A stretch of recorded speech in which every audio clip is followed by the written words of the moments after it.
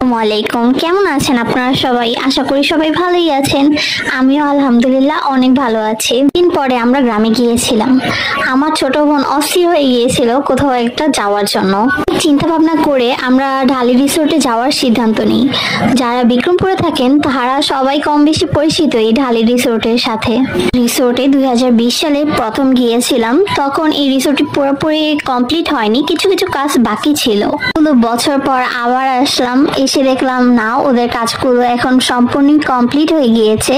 আর রিসোর্টের ভিউটা অনেক সুন্দর, আমার কাছে অনেক ভালো লাগছিল।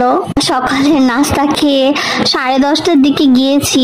আমরা তো যে পুরা দেখি যে পুরা রিসোর্টটাই ফাঁকা, শুধু আমরাই ছিলাম। আমি আর আমার বোন আর আমার কাজিনরা, জাস্ট আমরাই।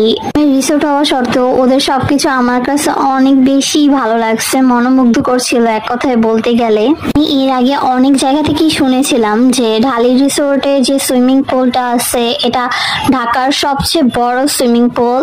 আর আমার কাছে দেখেও এরকমই মনে হয়েছে, বিকজ এর আগে আমি অনেকগুলো রিসোর্ট ভিজিট করছি।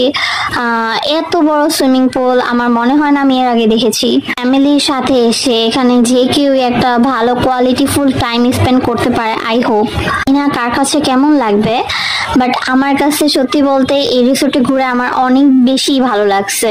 তোমাদের কাছে যদি মনে হয় যে আপু ওখানে যে একটা ভিডিও দিয়ে রিভিউ দেন, তাহলে অবশ্যই কমেন্ট বক্সে সেই জায়গাটার নাম লিখে দিও। আর আমার চ্যানেলটি সাবস্ক্রাইব না করে থাকলে অবশ্যই সাবস্ক্রাইব করে দিও। আমার ভিডিওগুলো ভালো লেগে থাকলে অবশ্যই লাইক কমেন্ট দিয়ে আমার পাশে থেকো সবসময়। আল্লাহ হাফেজ।